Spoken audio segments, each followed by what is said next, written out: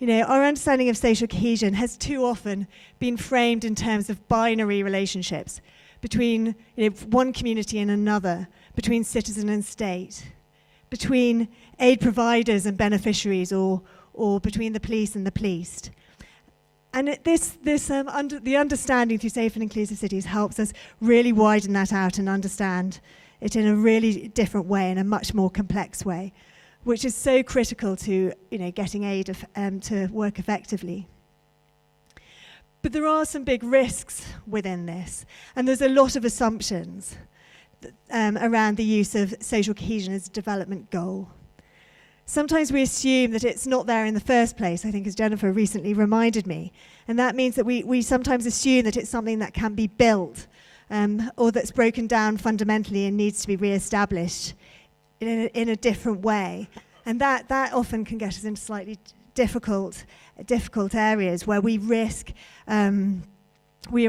just displacing violence to a neighbouring area, or improving relationships between some, but having negative impact for others.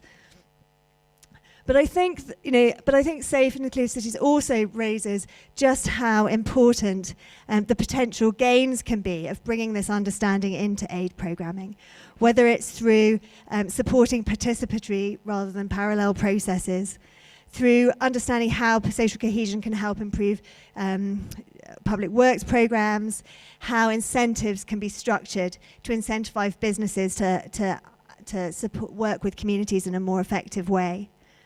And I think that if we can take this more complex understanding of social cohesion and turn it into a much more sustainable approach to city development, it will just be a really important and huge contribution to the global debates at the moment. So I'll leave it there and perhaps pass over to others. But thanks very much.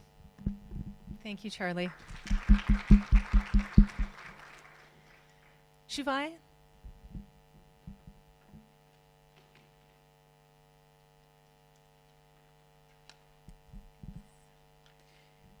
Good morning, everyone. Good morning, colleagues, friends. It's my great pleasure to welcome you this morning to the first day of the policy discussions for the Safe and Inclusive Cities Exchange. We as the ALC are very excited, the African Leadership Center, for those of you who were not here yesterday, but we as the African Leadership Center are very excited to partner with IDRC and DFID to host this event.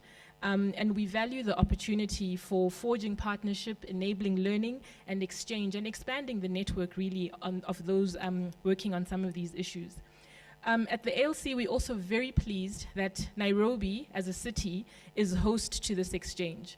As a city grappling with many of the urban violence and safety challenges we heard outlined yesterday through the Safe and Inclusive Cities research results, Nairobi is appropriate. With a population that is steadily growing towards the 4 million mark, much of it made up of young people, a constituency that we at the ALC are very concerned about, growing inequalities coupled with higher citizen demand for basic services, and faced with the impacts of climate change, to name a few, this exchange is timely and relevant. After listening to the engagement and exchange on the research results yesterday, I'm even more persuaded of the importance of today and tomorrow's discussions. And this is really because of several questions about the policy relevance and implications for the research that was presented. And I was particularly struck by 3 of these questions. One was the need for theoretical and conceptual frameworks derived from the Global South that can be linked to policy frameworks, and these relevant and applicable to the same contexts. And so my hope today is that those questions can be delved into a little bit more. So those who raised the questions yesterday, I hope today you'll take the opportunity to raise them more and ensure that we get some responses to some of those questions. A second question was the extent to which the dynamic and evolving nature of some of the challenges faced in context in the Global South is taken into consideration in research and subsequently policy making and implementation approaches on urban violence. A third question, and this was not so much a question, this was more a call for knowledge transfer in what I see as the generational work towards achieving safe and inclusive cities. Yesterday, I mentioned part of our mission at the ALC, that is to study the security perspectives of people who exist at society's edges, not least the youth population. And this came up over and over and over in yesterday's discussions. The other part of our mission at the ALC is closely tied to today's discussions, and that is to train the next generation of African leaders, that is scholars, policy actors, and practitioners, in particular leadership approaches to not only produce knowledge, but also influence thinking, approaches, and policy action on some of the continent's peace and security challenges, not least urban violence, unsafe, and non-inclusive cities. Some of these young people are in the room today. They're alumni and current fellows of the African Leadership Center, and all of them have been part of organizing and planning this conference in one way or another. My hope echoes a call made yesterday by Professor Caroline Moser, and that is that future convenings to discuss safe and inclusive cities will feature more of the next generation scholars, practitioners, and policy actors from the Global South. With these few words, allow me to welcome you and thank you for being part of the conversation. Please download the app and tweet, tweet, tweet. Karibuni sana. Thank you, Shubai. Stephen?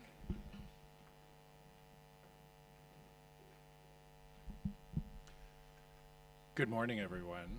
It's a delight to welcome Dr. Juan Close from the World Habitat Center to provide keynote remarks for us this morning. My name is Stephen McGurk. I'm the Vice President at the International Development Research Center of Canada. 5 years ago, IDRC and our partners at the Department for International Development of the United Kingdom worked on a mission, I feel like John Belushi, to fill a knowledge gap on how urban poverty, inequalities, and violence interact, and to identify what works and what doesn't to make cities safer and more inclusive. To that end, we supported 15 teams in 16 countries doing research in more than 40 cities of Latin America, South Asia, and Sub-Saharan Africa.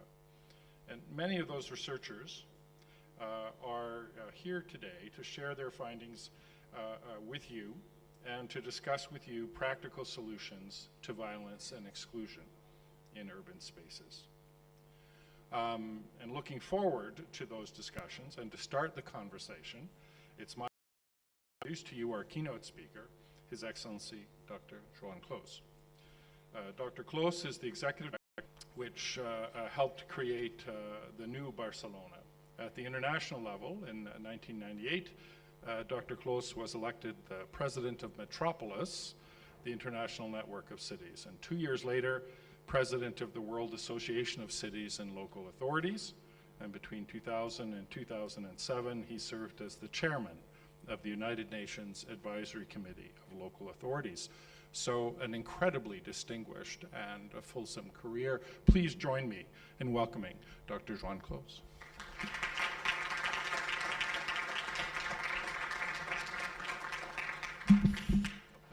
Thank you very much for this presentation. It's a little bit difficult for me to recognize myself on this list of actions. That only clearly states that I am becoming old, and I have a long, too long biography already by now. But thank you very much in any case to contribute to this debate, and I would like to thank this Canadian institution in order to generate a conversation about all these issues of urban security, safety, and resilience, and all the aspects of urbanization. This question of security in urban areas is becoming now very hotted. It's becoming a strategic issue. Not the least because there are emerging phenomena around the world that they are worrying some instances. If we just recall the last decade, we have seen in 2011, for example, the rising of the Arab Spring, where a lot of young people in urban areas that were jobless, they just revolted, and as that happened in a very, in itself, an unstable region, that created a wave of changes and instability. From part of it, we are still living today. In the case of the problems in Libya, or even the case of the war on Syria. Therefore, the question of the urban safety and security, it's becoming strategic, and it's not just we urban specialists that we are worrying about this question, or we are interested in knowing this phenomena, but also, many different institutions. Some of them security institutions, anti-terrorism institutions, etc. There's a new, interest on understanding what is the relationship between urbanization and safety and security. And this is also the case because urbanization is growing, and it's going to grow more. In fact, the pace of urbanization is accelerating, and the projections, they say that in the next 20-30 years, something like 2.5 to 3 billion more people will be living in urban areas. That means that the current urban population of the world is going to nearly double in 30 or 40 years.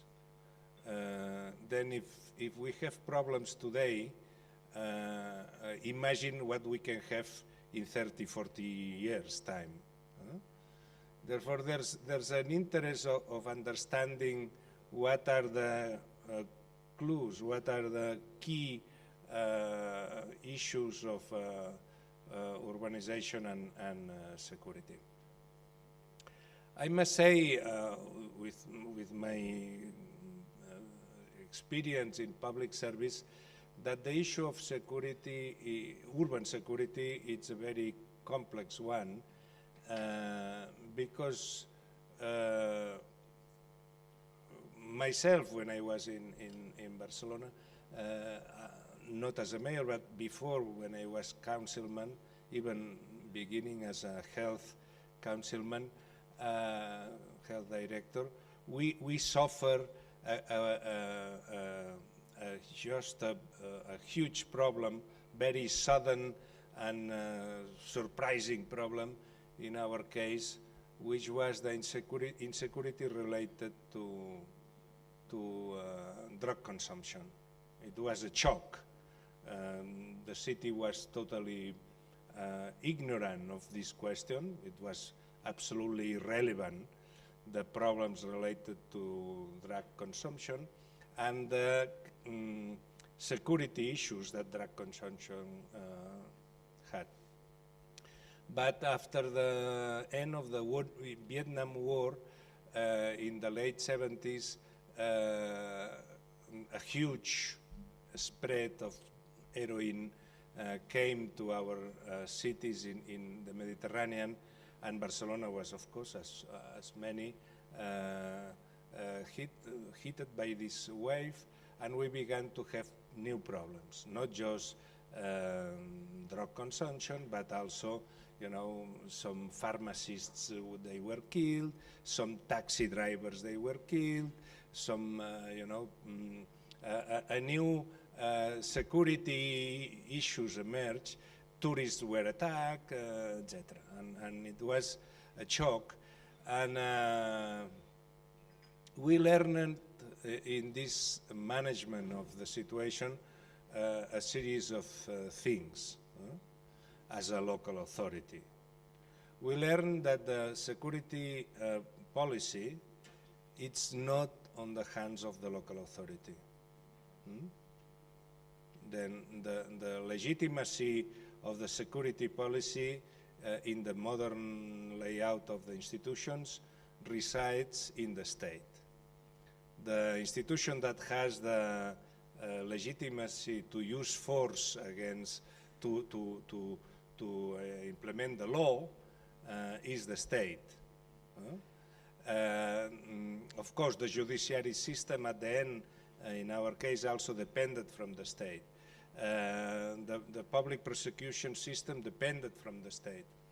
Then we were in a very difficult situation where we had a very local problem in our streets. Our taxi drivers, they were totally annoyed, they were demonstrating. The pharmacies, they closed the pharmacy some days just in protest of these questions, and they were demanding the city safety.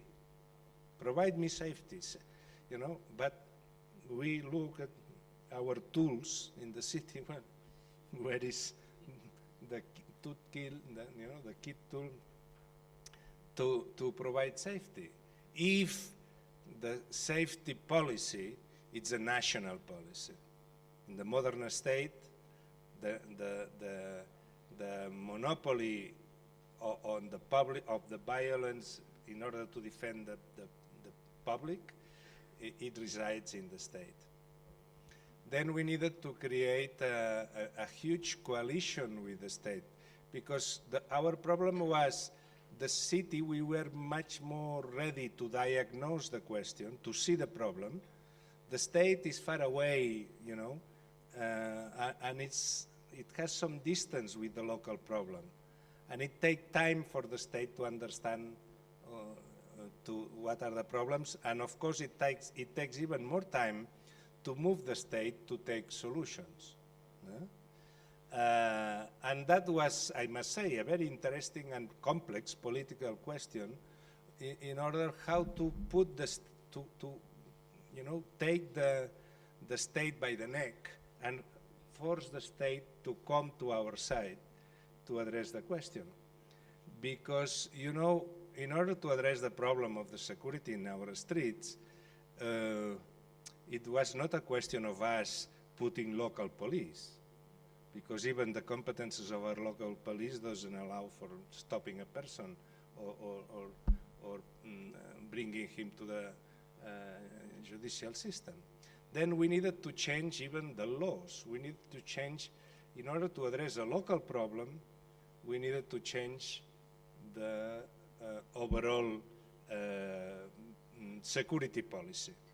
A new thing emerged, you know, appearance, this massive appearance of heroin consumption, disrupting the security, more or less, equilibrium, natural equilibrium of the city, and then we needed to redesign, to help the state to redesign the safety and security policy in order to address this problem, which was expressing itself at local level.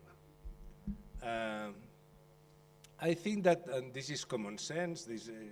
You can see it in many parts of the world, that really if you want to address the question of security, there are, you know, security is a complex system. It's an outcome, it's an emerging condition which comes out of many different interventions in society that at the end it provides security. There's no magic silver bullet that provides security. There's no a single treatment or a single, there's no appeal that you take and you generate security in the city. Then security is an outcome of, it's obvious, you need to do many things, you know, increase development, increase equality, increase well-being of the people, increase employability, to have a better problem to address poverty, a better, mechanism to address poverty. Then you need to think about the redistribution policies at the government level, etc. And if you do quite a number of those many different things, at the end, if if things are put in the proper, combination, at the end you will increase your security. And that includes, of course, the judicial system, the penal system, the prosecution, the police, and etc. Because we need to address this question in an overall thing. But I think that you have called me here not to talk about my experience on the complexity of a security in a specific city, but slightly a different approach. What is that urbanism can contribute to these multifactorial aspects of the society that needs to improve in order that at the end we have better security? Because there's a role to be played by urbanism, urban design, urban planning, in order to contribute a little bit to the improvement or to the bettering of the chances of a peaceful society. Is a condition which is, if you relevant, to have a good urbanization is relevant to have a security, but is neither imprescindible or is neither necessary. Then it's a very important one, but it's a contributing factor. Because I have found in my life a kind of optimists, militant urban optimists, that they say, okay, deliver a good urban pattern and the society will be safe. Well, this is not the case. You can have the best urban design and the society can have a lot of insecurity problems. Good urbanization is a contributing factor to security and safety in cities, but is not the main driver of security. I need to tell that because, in complex situation, it's important not to give wrong signals to the decision makers at the time when they want to address one problem. Because to address the question of security in a country, let's say in a country of $1,000 per capita, it's a very complex thing, extremely complex thing. And you need to do quite a number of different things to reach this outcome. And if you provide a kind of false single solution, then you risk to induce decision makers to catch this solution and forget about the fundamentals. We can have another debate in another day, and I'm sure that you can have it, is that if you want to improve, for example, we have just been looking at the numbers before we entered. The rate of homicides in this country, it's about, let's say, 20 homicides per 100,000 people a year. 20 homicides per 100,000, well, I remember Medellin, when Escobar was there, Medellin had 200 homicides per 100,000 population. Now they are at 40. here in Nairobi, in Kenya, in Nairobi, etc., we are on the line around 20, let's say. Then, just to place things on its position. By the way, we have looked at the number of people dying of road accidents in this country. And the people dying of road accidents is on the line, we've been told, of 31 deaths per 100,000 a year. That means that it's 1/3 more road accidents casualties than security casualties in terms of death. Okay? Then, if I put you the question, what should the government of Kenya do in order to reduce the current rate of 20 deaths per 100,000 to 10? What are the kind of measures that we can advocate, we can propose to the government of Kenya to reduce the current 20 deaths per 100,000 to 10? And of course, if some of you are security experts, you can quite readily begin to elaborate a list of things that should be done. And in this, if you ask a security expert, urbanization probably is not going to be in the first points of what they would recommend. But that being said, we know that urbanization is very important. And I am talking now as an urbanist. In another conversation that you have, which is about security. Therefore, my position is going to say, well, from our part, as urbanists, we can help you to improve the chances of a better security. It's not going to solve the problem, but it's going to help to have the chance of a better security if other things are done. If nothing else is going to be done, nothing will change. Okay? This is the important thing that we need to understand. Well, and what can urbanization do in order to increase security? It's it's very simple.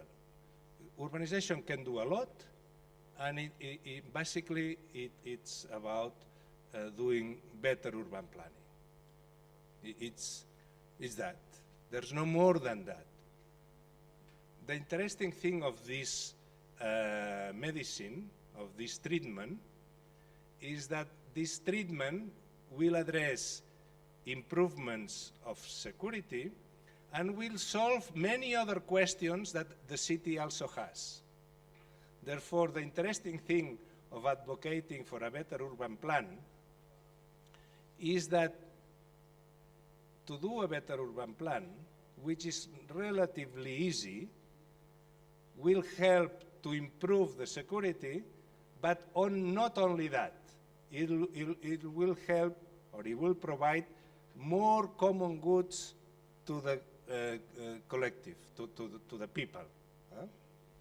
I have projected here the map of Nairobi. I don't know if you can recognize the map rapidly. The ones of you that you are used to maps, you can recognize. If you want to go down, because it's very interesting. Do we have a pointer? Any one of you have a pointer? Well, can you recognize Mombasa Road? Sorry? No? Come on, you are not used to use maps. Can you recognize the VCD? Yeah? Okay. This is the current map of this city that our colleague, she has told us that it's reaching 4 million people. Huh? Then what is your impression about this map? Looking at the map, it suggests to you any comment? It's a nice city. It's a very well organized city. It's what? It's you would like to live in a city like that? What is your opinion? If you are shown this map, what would you say?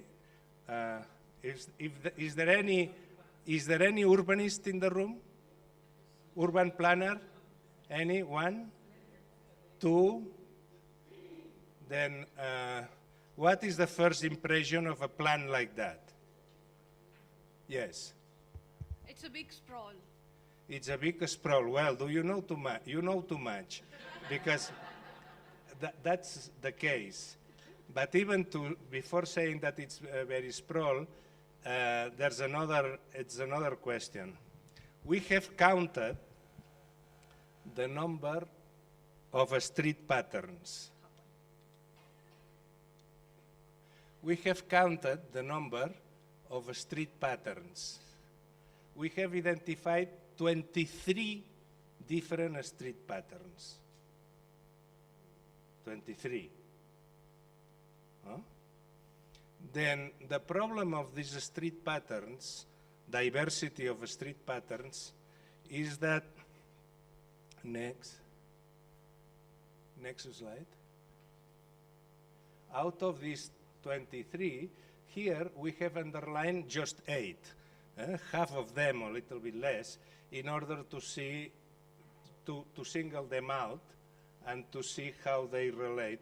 You know, you see a very different pattern here, a very different pattern here, different pattern here, different pattern here, here, and in between there are different patterns. This is Mombasa Road, and this is the CBD.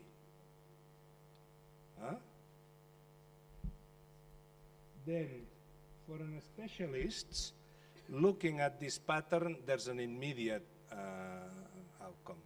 Too many patterns and no clear connection between them. Okay?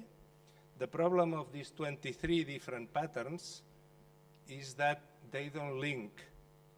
The streets of one pattern don't connect to the streets of the other pattern.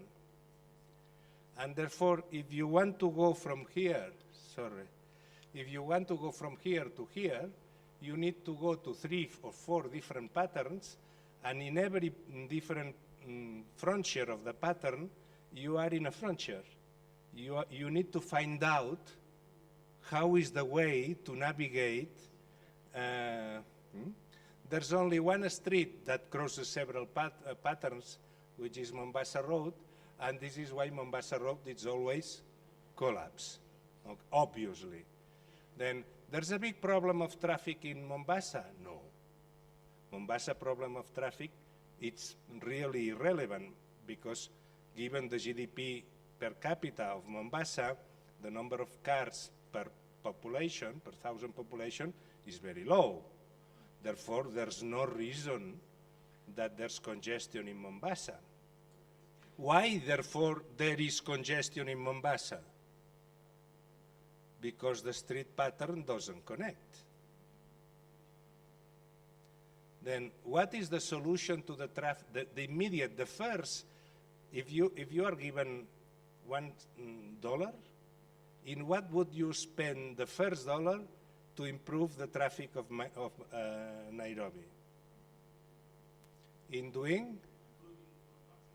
Improving connectivity between different patterns. Is that what is done in Nairobi? No. The news in the press, they say that they are going to do a tram or something like that in Mombasa Road.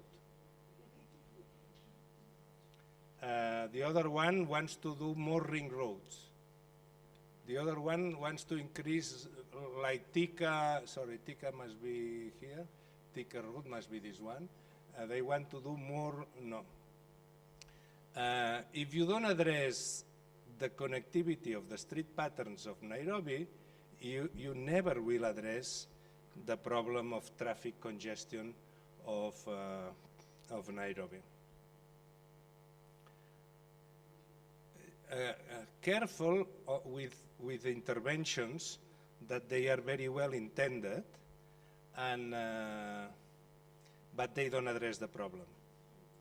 One of the 23 patterns is from the UN. One has been done by the UN. It was done in the 70s. Is the pattern of the UN better connected? No. This is the pattern of the UN, and now it's a very problematic neighborhood in Nairobi, where with a lot of crime. I was robbed there, by the way, myself. What is the name? Easily. It was designed as a model intervention of urbanism, and it has ended up as a disaster. Huh? You know,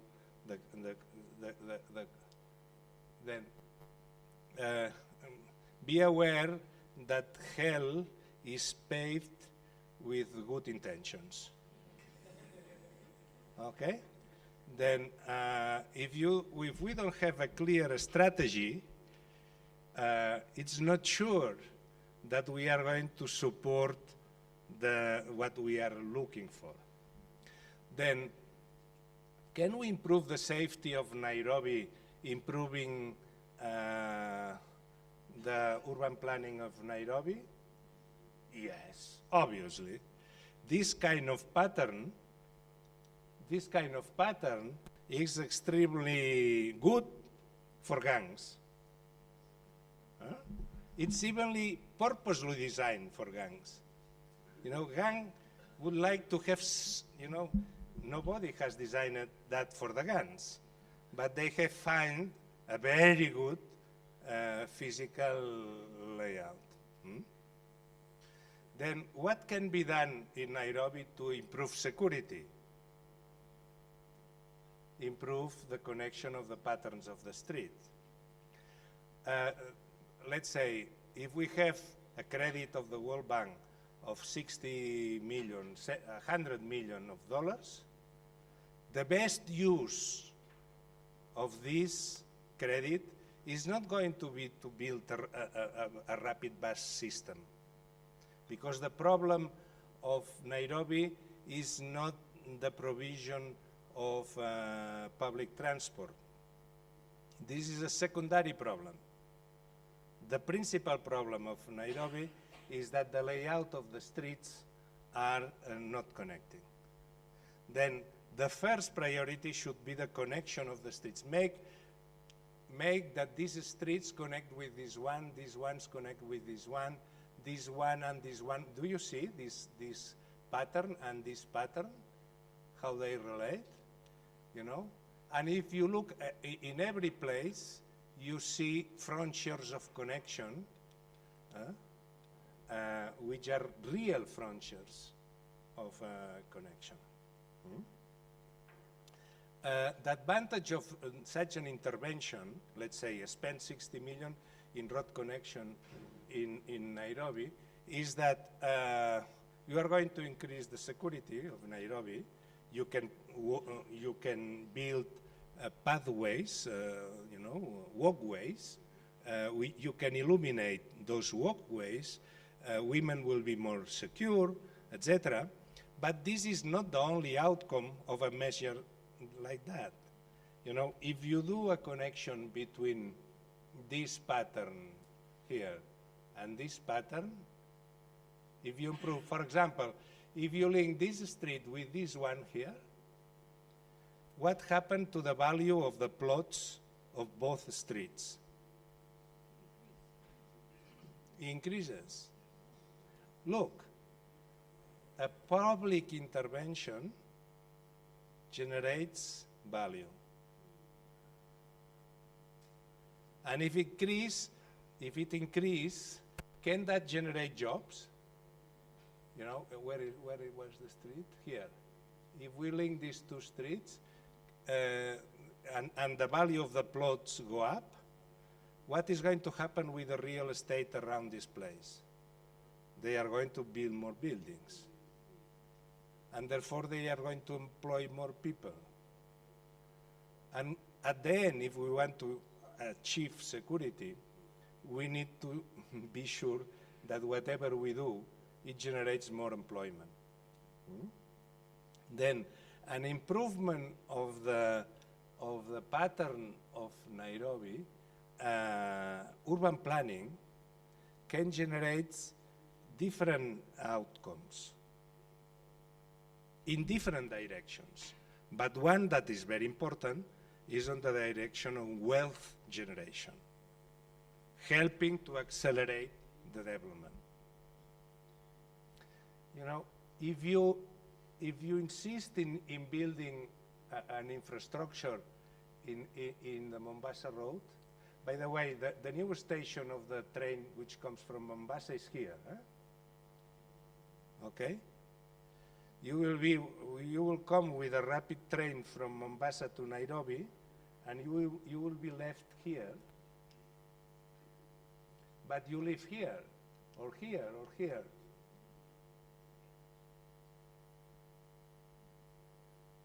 Then you will need to add to the trip the time needed to reach your final destination. We do satellite photographies of many cities in the world. In the normal planned city, the percentage of land which is allocated to the street, it's 30%, on the vicinity of 30%. In most of the African cities, it's about 10–12%. Okay. Then the thing that is needed here urgently, if you want to improve the chances that the urbanization of the region generates more value, more prosperity, it generates more jobs, and therefore at the end it generates more security, it's to intervene in the planning of this layout of cities. This is a specific, very pragmatic, if you want, prosaic contribution that urbanism can provide to urban security. But if now let's imagine that you are the decision maker of this question, and you are given $30 million or 60 million more. The World Bank, let's repeat it, gives you 60 million to do some whatever to improve Nairobi. And you can choose between doing 60 million in lighting or 60 million in connecting the pattern. In what would you expend the 60 million?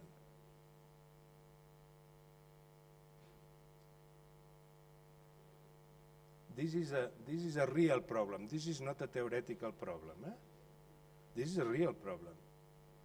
The World Bank, by the way, gives 60 million once in a while. It doesn't give 60 million every year. Then you need to be very careful on what do you spend this 60 million. Because once you have spent it, it's going to take 5 years more until the Minister of Finance will allow you to have to increase the debt of the country with an additional 60 million. Then you will need to choose, because governing is choosing between alternatives. Then what would you do? Because we always advocate as urbanists that the very rapid way to increase security on the streets is lighting of the streets. But if the street pattern is wrong, and I am answering the question, if the street pattern is wrong, you can light it, yes, but the effect of this lighting is not going to deliver much wealth. and prosperity nor jobs. As opposed that if you connect the pattern and you increase the fluidity of the mobility, you generate value. And if you generate value, here, I don't know where it was that I was proposing, the linkage. It was a very clear one. I don't remember. Anyway, if you increase value, you can tax this value. Shouldn't you? Because this value is generated by a public sector intervention. The value, increased value, on these plots that I was, where are they? I don't know, it was here. Anyway, it can be, look, these plots here, if they are connected with this street, and you connect this street, and then you do another street here, and you connect with these two streets, you generate a huge increase of value in the plots. Then, therefore, you can begin to think, if with a public intervention, I generate private value, I have the legitimacy of charging a redistribution value charge. And with this redistribution value charge, I can perhaps light the street. As opposed that if I only light the street here, imagine that I light the streets here. Is that going to increase the value of the plots? Yes, a little bit. But the value of the plot is going to be much higher if I link the streets than if I light the streets. Of course, if I do the improve of the value of all this land here by doing a better layout of the streets, that's very nice. The people there, the owners of the land, will be very happy. If I don't put any tax to this increased value, they are going to be richer, very rich, and the public sector is going to be in bigger debt, because now we need to return the 60 million to the World Bank. Okay? Then there's not enough to do what is needed to be done. We need to measure the economic effects of what we do, and then we need to establish the mechanisms of financial sustainability of the process. And this is what we can advocate from an urbanist's point of view, specialized point of view, to the issue of security and safety and security in cities. We cannot address, from the urbanist point of view, the issue of inequalities. We cannot address the issue of human capital.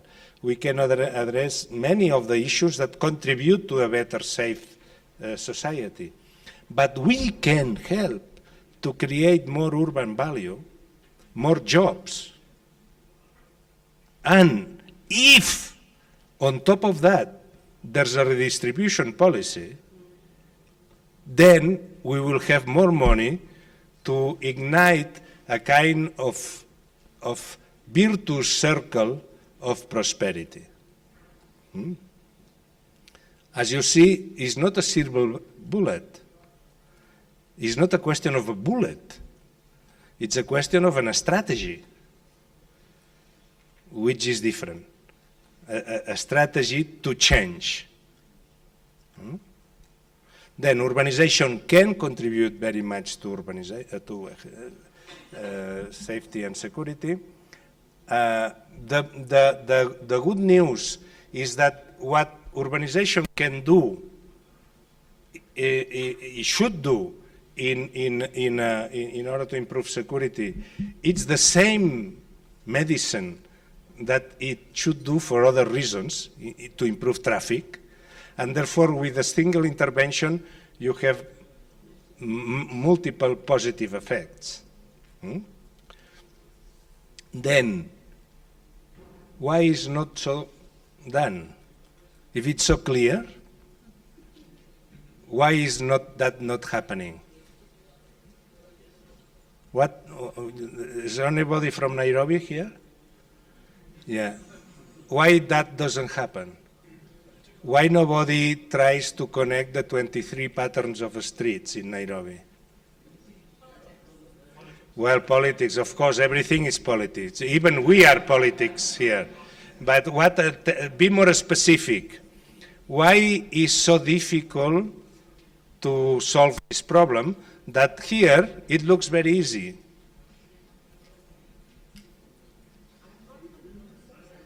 Yeah. What? Yeah. I think it's because people are staying in these houses. There are very ingrained patterns of settlement. They wouldn't like to move. The cost, human cost may be very high, and that may be a political risk. Yeah. Then use a political risk of moving people. Do you think that this is a determinant factor for why urbanization of Nairobi is not improved? Can I attempt Yes. here? Where are you?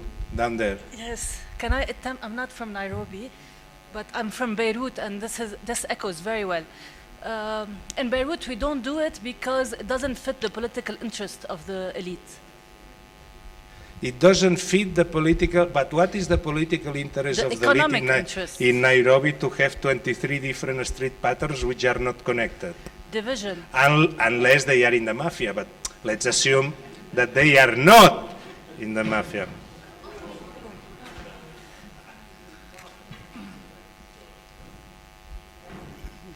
But I hope it's not because I am saying what I am saying, that you are falling down.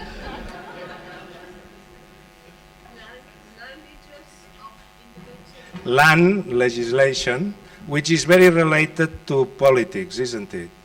Huh? There could be private land interests who would like to protect certain properties. But look, if we open this street here,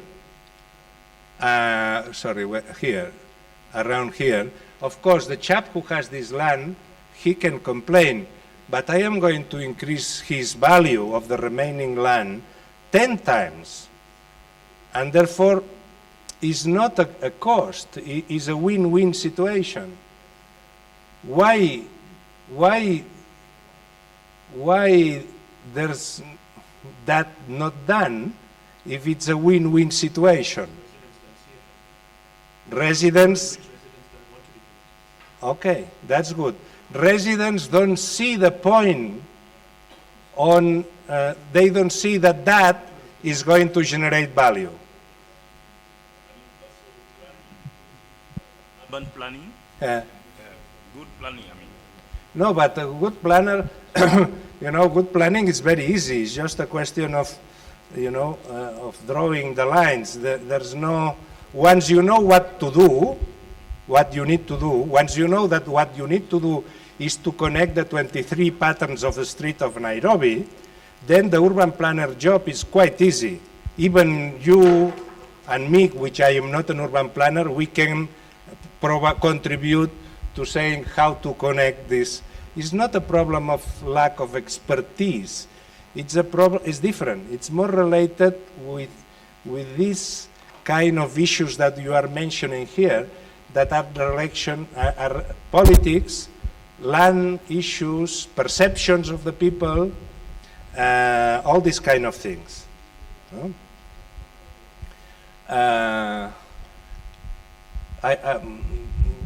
More things. Yes. Yeah. I think there is no strong civil society to press policymakers to do this plan. Okay. I think there's a lack of awareness in general about the.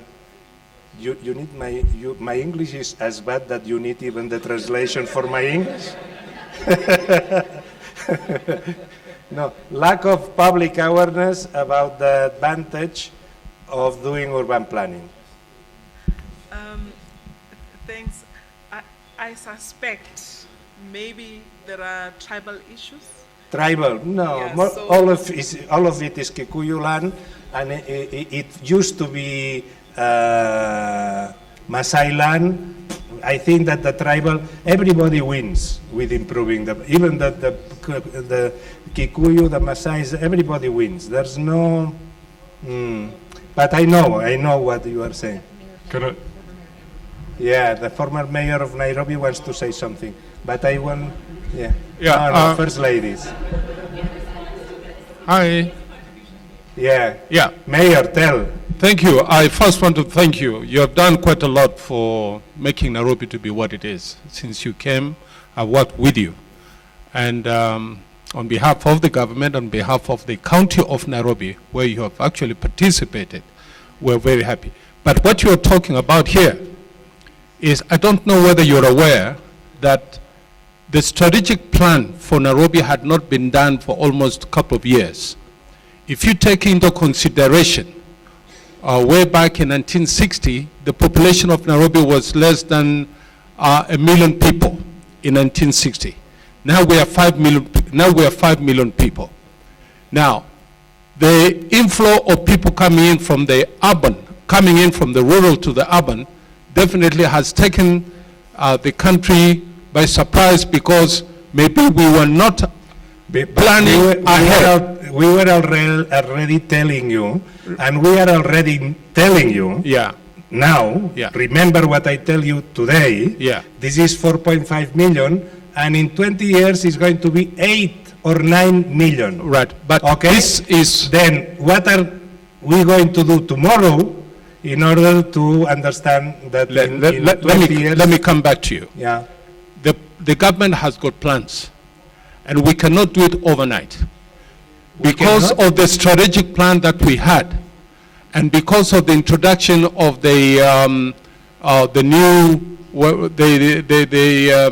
new policy that we have in the government in terms of the counties, which you are very much aware, that there is a special allocation of funds that coming in from the national to the county, so that the county can take advantage or can utilize that funds in order to improve whatever is required. I quite agree that comparing Nairobi with other cities of the world, maybe we may not be better off, but definitely we're better off in one way or the other. There are certain things that need to be done, and the government of Kenya is doing it, because this is part of the manifesto of the Kenyan government that they have to improve. We have the inflow of the people coming in. We have more cars now than we ever had before. And those are the things that we have to take into consideration. But we will not want to take a blame in the sense that we are ignoring it. No, we are working up on it, and the Kenya government is so much for it in terms of making sure that we improve whatever we're discussing today. Those are the plans that the government has come. It cannot be done overnight, but those are part of the strategic plan that we're doing for the past 20, 30 years now.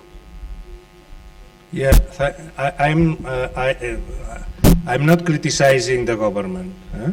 I'm just explaining a new rationale that is needed to address the improving of the cities. And of course, I'm sure that the government has many plans, and they are in implementation, some of them. But I am in a step backwards on that. I am more interested in a more theoretical approach, one step backwards, saying which measures can generate the most value. It's a question of prioritizing. You know, there are many things that can be done, and there are many plans, but the question is that to introduce something that in Habitat 3 in Quito last year has been put in the front line of urbanization. And this is the change of mentality, the change of approach that is requested, is that we have many needs in the city. We have very few resources. how can we use these very few resources in such a manner that we use them to intervene in a manner that it generates the most value. Because we can do many things. There's problem of housing, there's problem of drainage, it's problem of many, you know the list of the problems of Nairobi. Then the needs are infinite. The question is not the list of the needs. The difficult political question, and it's not a criticism because it's very difficult, and it should be done by political acceptance, and it's a political issue therefore, it's how to choose the interventions in such a manner with a criteria, with some judgment, you know? And we advocate in UN Habitat that the criteria that should be used in order to guide the decisions is the criteria of maximizing the urban value, because that is going to generate more jobs and that is going to improve the economy of Kenya and Nairobi. Then it's not a criticism if the government does or doesn't do, or if the county or no. We don't engage in political activity in Kenya. The only thing is that can we look at the problem in such a manner that we can provide the decision makers with tools to choose, given that the available resources are very slow, very small, to choose the ones that they are going to deliver more value. And this is the question. Huh? Because there are many projects, you know, there are projects to build new towns outside Nairobi. Totally new towns, a technological town 60 kilometers down in Mombasa direction. There's another town, the tattoo town. There are many projects around. But we would like to provide a new paradigm, a new approach to the decision makers. Because here, for example, today we are talking about security. If we want to address, at the same time that we improve the condition of the country and the economy, we want to improve the conditions of security and safety, we need to intervene in the public space, in the quality of the public space. But we need to intervene in the quality of the public space. We need to know how much money do we have. If we only have a caritative donation of a donor of $200,000, you know, we are not going to change the reality of Nairobi. But if we can engage in a strategy that is going to generate more value, and we can share part of this value and reinvest part of this value in improving, we are engaging in a positive loop of improvement. And this is what we are looking for. We are not criticizing what the Kenyan government is doing. And, you know, we are United Nations. We are at the orders of the Kenyan government. What we do is we analyze the urban matrix, the urban fabric all over around the world, and we provide some advice on how to improve the capacity of that to increase the value generated. Because this is not obvious. In some cases, it's counterintuitive. Many people don't understand, for example, that the most efficient way to spend money in Nairobi today is to connect the 23 patterns of the streets of Nairobi. They will prefer to do a second ring road because it looks more self-evident. But if you do a second ring road, let's put it in another way. Has the current ring road improved the traffic of Nairobi? Yes or no? No. No, because we know that the ring road doesn't improve the traffic. You need to address this question. You need to do both. You need to do the ring road in order to take lorries and heavyweight out of Mombasa Road or the main streets. This is good. But this alone is not going to address the problem of congestion of Nairobi. You have a problem of the 23 patterns of the streets and its lack of permeability. And in addressing this permeability, you generate much more value. Much more value. You are sitting in a golden mine without seeing the gold. And this is the question. This is the question. It's not a question of where is money around. No, the gold is here. The mine is full of gold. The only thing is to see how you can extract the gold out of the urban pattern. And that can increase the construction sector of Nairobi, which, by the way, is already booming. And more people could be employed in Nairobi because you have a problem of youth unemployment. In which sector do you think, Mayor, with your experience, that the youth that comes from rural areas and arrive to Nairobi, these youth, in which sector of the economy they are more easily employable?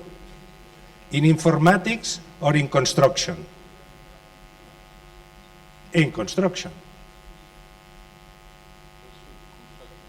Then, you know, there's those are, sorry, I'm going to finish because I have overpassed my, but it is, okay, this is our point, that there are, urbanization shouldn't be approached not only because we like a better designed city, or even not only because we want to help the poor, which is a very good intention, but it should have another more deep and reason, and we want to invest in urbanization in order to increase prosperity in our society and improve the conditions of our citizens. And in so doing, we are helping the security problem. It's a different chain of reasoning. I would like to see, I don't know with detail, the strategic plan for Nairobi, because, you know, but I would like to see a strategic plan of Nairobi focus, prioritizing the prosperity generation strategy. This is what helps to move from the current status quo. There's another question, and with that I'm going to finish, is that, you know, if you want to link streets, if you want to link streets, you need to build a street. And to build a street, you need to acquire the property of the land that is going to become a street. Okay?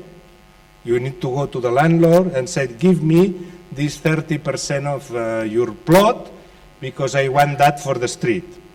The street that, by the way, is going to provide you value in the remaining land. Then most of the African countries, except one, most of the African countries, they only acquire public land by expropriation. But as the government doesn't have money to expropriate, the government doesn't expropriate. And as the government doesn't expropriate, there's no street. And as there's no street, there's no value. We need to find a solution to this Gordian knot. We are in a Gordian knot. We are blocked. We need an initial capital to begin to the value generating process. How can we cut the Gordian knot of unleashing the process of value generation? Many countries of the world, 60 out of 200, they have an instrument, a legal instrument, which is called land readjustment, which is a legal instrument by which you trade the acquisition. Can you stop the lights, please? Here, those lights. You trade public land that you need for the street, and you pay this public land not with dollars, but with buildability rights. Do you follow? I say to this chap, look, I need to do this street here, and you need to give me the land of the street. But I don't have dollars to expropriate. How can we expropriate the land without dollars? Many countries of the world, they use land readjustment. It's the currency by which you pay is not dollars, is buildability rights. If the area, for example, has a buildability ratio of 2 square meters or 2 floors for every square meter of land, you can give him 3. I give you more buildability rights, and you give me the land. And no dollar involved. But in order to use this methodology, which is very well developed in many countries of the world, you need to have the public control of buildability. And that is something that you can only have via legislation. You need to have a legislation in the country who says the buildability is a common good, is a public good, and therefore is related or is regulated by law. And the urban plan establishes the buildability on the plots. Okay? Do you have this legislation?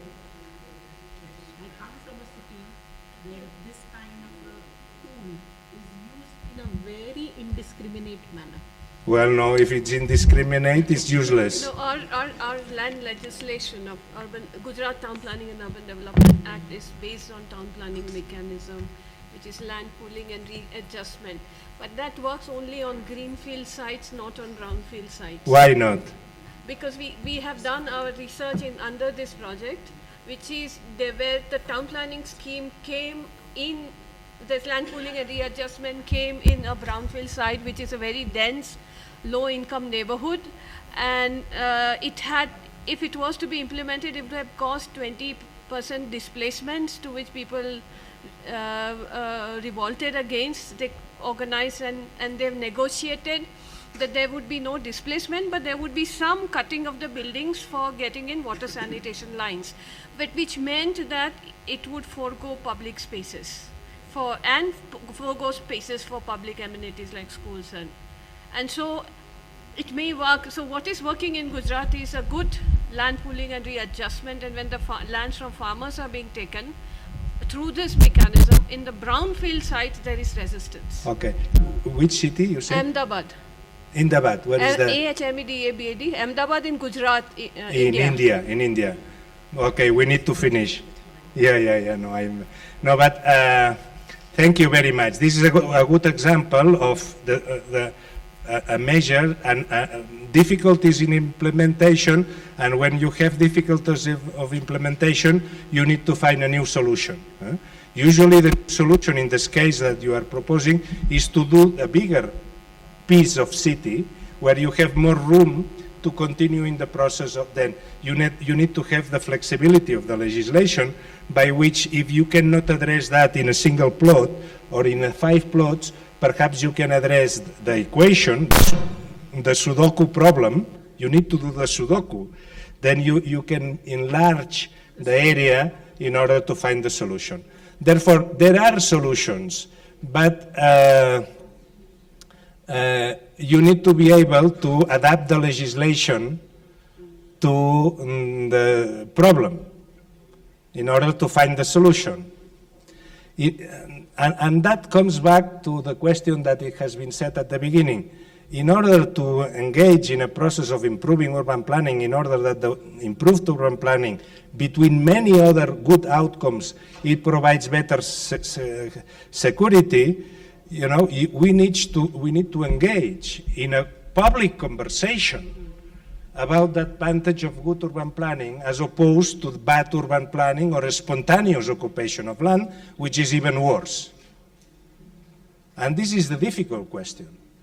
The political engagement, the social engagement, the understanding of what is urban planning and what are the positive outcomes that it can deliver. But if we avoid this conversation and we don't change the paradigm about urbanization, we will be kept to implement piecemeal, not transformative interventions that are not going to address seriously the question. This is my point. Thank you very much.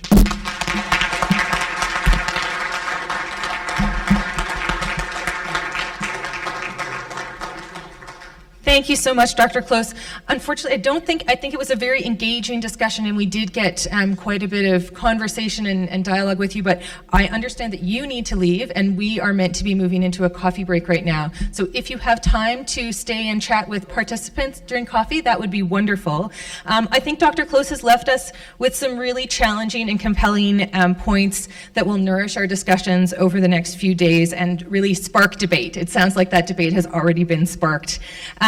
Before we move to coffee, I do want to just ask everyone to check their emails for a newsletter, a roundup of what happened yesterday on day one. It could be in your spam folders, and it's coming from Safe and Inclusive Cities Exchange, or SAIC Exchange is the email that it's coming from. And the last thing that I want to do is just point out that Jorge has been starting his sketch and his drawing, and so please do, during coffee, take time to engage with it. We'd love to see your photos of it on Twitter and Facebook, and so with that, I would invite you to join us for coffee and ask that everyone be back in the room at 10 past 11, please. Thank you.